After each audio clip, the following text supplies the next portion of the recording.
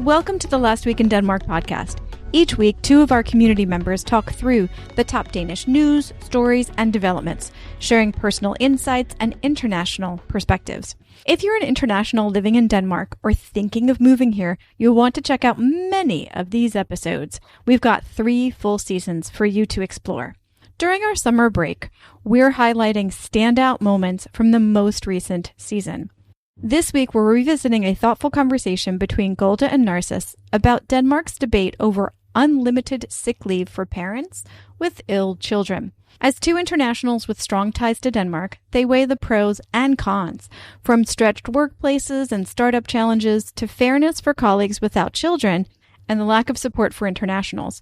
It's a relevant and emotionally charged discussion that dives into the realities of parenting in Denmark and what these policy changes could mean for working families, especially international families. You'll find the full episode link in the show notes. If this episode resonates with you, please screenshot it and share it on social media and tag Last Week in Denmark when you do. We're here to help internationals in Denmark stay informed and feel connected. Thanks for helping us reach more people like you.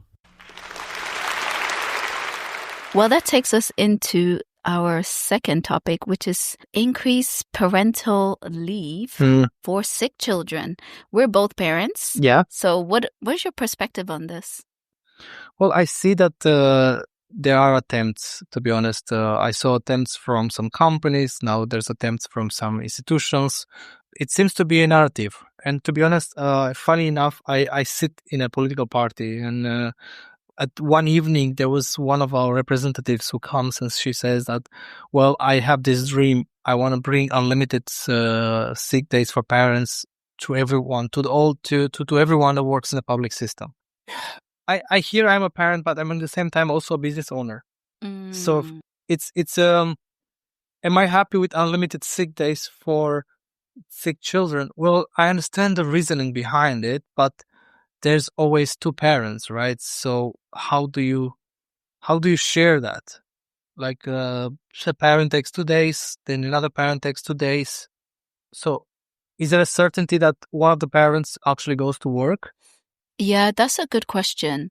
So one of the discussions that we have had, I am also a parent, as I mentioned, we have had amongst my colleagues. Now, I work outside of Denmark, but I actually work the Danish market. So my job is in Danish still, and I speak to Scandinavian colleagues. And it's very interesting because from a parental perspective, you can say that yes, when your child is sick, it's almost like chaos in the house. Even if you work remotely, you're kind of just constantly keeping an eye on them and they're barging in and disturbing you. But at the same time, wouldn't that shift the burden of work upon your colleagues who don't have children? I did not think of that. Yeah, and is that fair to them that they have to take up extra workload just because they didn't decide to reproduce? Oof, that's I feel like it's a Pandora box where we live in a time when Mette Frederiksen says, make more children. Denmark is dying. We need people to pay taxes in the future as well.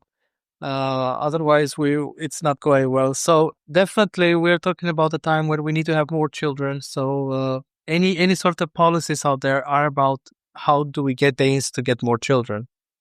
Yes, so I see it now. They're like, this is your incentive. You can have more days off if your kid is sick. Exactly. And if you don't have a kid, go have a kid. Exactly. So your colleagues who are pissed off at you that you get too many free days, then what stops you?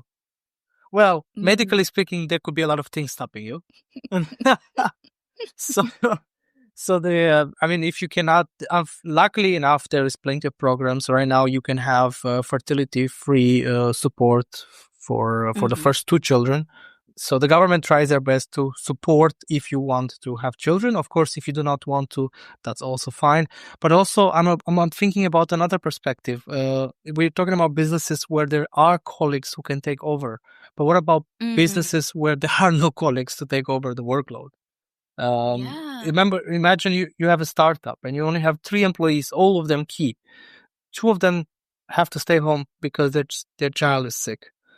That will just basically delay your companies quite significantly. Like, I cannot even imagine if the majority of the people in my company will go home for 2 weeks. Mm-hmm. Because I remember when my daughter was sick, she was sick, for weeks at a time. Especially in the first year, I could not imagine like a time when she was not sick. Especially when they get to go into this daycares and kindergartens, they have to go to take every germ possible and every sickness possible and bring it home. So They do. So you might as well, to be honest, I would prefer a different solution. Make 3 years of parental leave. Mm-hmm. Be done with it. 3 years of via con Dios, see you in 3 years. And then I know that after the child has been to daycare, has been to kindergarten, the number of days that they are sick drops significantly. Like, I haven't seen my daughter sick for months now. Because they have already been affected by every disease you can imagine. How old is she? 3 years and 6 months. Okay, yeah.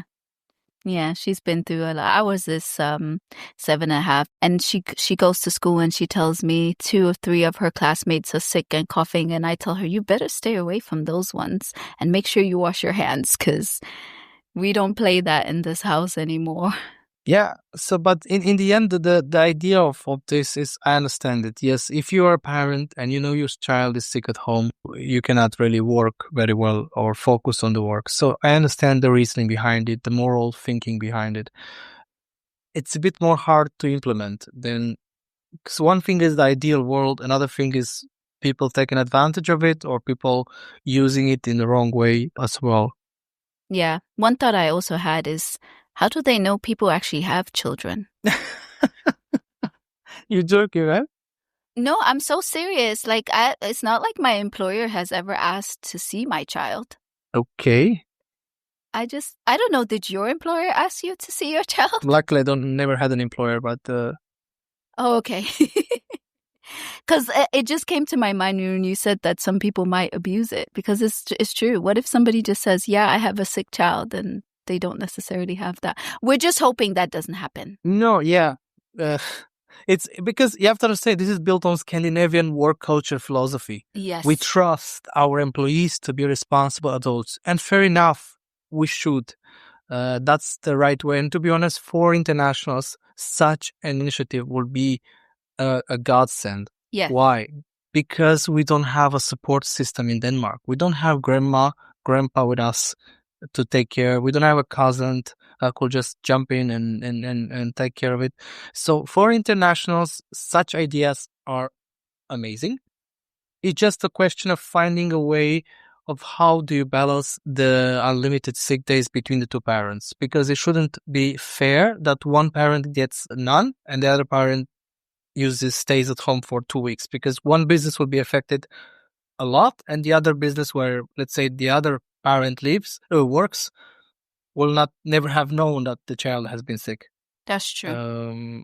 So that should be one way. Another way should be, how are the businesses compensated for this?